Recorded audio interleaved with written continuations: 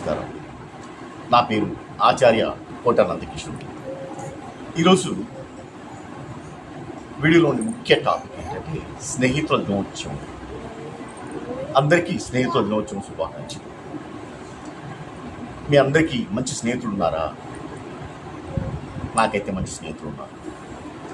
ఎందుకు ఇంత గొప్పగా చెప్తున్నానంటే అమ్మ నాన్న, అన్న తమ్ముడు చెల్లి అక్క అంటే మన రిలేషన్.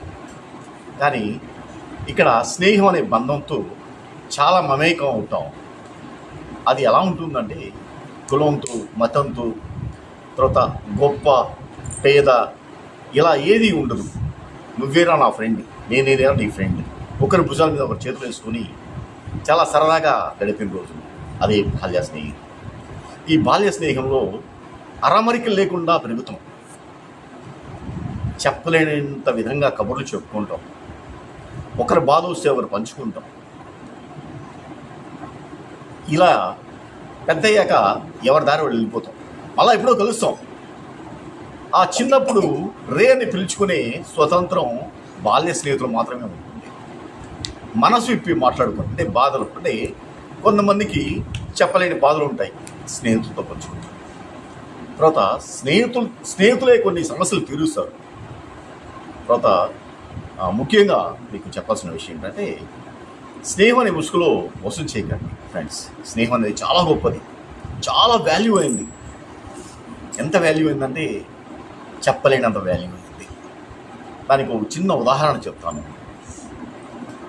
శ్రీకృష్ణుడు సందీపుని మహర్షి ఆశ్రమంలో విద్యాబుద్ధులు నేర్చుకున్న టైంలో కుచేలుడు అనే స్నేహితుడు పరిచయం అయ్యాడు శ్రీకృష్ణుడికి. ఇతను మహారాజు బిడ్డ, ఇతనేమో పేద బ్రాహ్మణుడు. ఆ పరిచయం ఎలా అంటే చెప్పలేనంత అన్యోన్యంగా పెరిగారు ఆశ్రమంలో.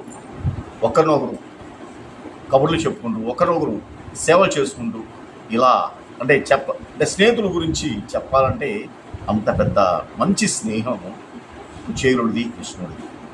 ఇంకా తర్వాత మీకు తెలుసు ఏంటనేది. తర్వాత ఇంకొక స్నేహం గురించి చెప్తాను. రాముడు ఆంజనేయుడు, గురు శిష్యులు అంటారు లేదా భక్తులు. కానీ ఇక్కడ ఫస్ట్ స్నేహ బంధంతో ఏర్పడింది రాముడు వారిది, ఆంజనేయ స్వామిది. ఇలా చెప్పుకుంటూ పోతే చాలా కథలు ఉన్నాయి. నాకు కూడా చాలా కథ ఉంది స్నేహితుల కోసం, అవన్నీ మీతో పంచుకుంటాం. మీకేమైనా ఇలాంటి బాల్య స్నేహం జ్ఞాపకాలు ఉంటే పంచుకోవచ్చు. ధన్యవాదాలు. అందరికీ నమస్కారం. నా పేరు కామాక్షి ప్రియ. అందరికీ ముఖ్యంగా ఈరోజు స్నేహితుల దినోత్సవ శుభాకాంక్షలు. నేను నా బాల్యం గురించి, మా మిత్రుల గురించి చెప్పాలనుకుంటున్నాను. ఇప్పటి జనరేషన్ వాళ్ళు మేము ఉన్నంత ఎంజాయ్ చేస్తున్నారో లేదో తెలియదు, కానీ మేమైతే చిన్నగా బాల్యంలో ఉన్నప్పుడు ఫోన్ ఇలాంటి ఎలక్ట్రిక్ గ్యాడ్జెట్స్ అనేవి మాకు తెలియదు. ఎప్పుడు సాయంత్రం అయ్యిందా ఆడుకోవడం, చదువుకోవడం, పడుకోవడం, ఇదే మా లోకం. మేము చాలా ఆటలు ఆడేవాళ్ళం చిన్నప్పుడు. ఇప్పటికీ మేము వాళ్ళతో చాలా టచ్లో ఉన్నాం. కొందరు అబ్రాడ్లో ఉన్నారు, కొందరు సిటీస్లో ఉన్నారు, కొందరు మాతోనే ఉన్నారు. మేము రోజు మాట్లాడుకోకపోయినా కలిసినప్పుడు మనస్ఫూర్తిగా మాట్లాడుకుంటాం. అలాంటిది మా ఫ్రెండ్షిప్. అందరికీ హ్యాపీ ఫ్రెండ్షిప్.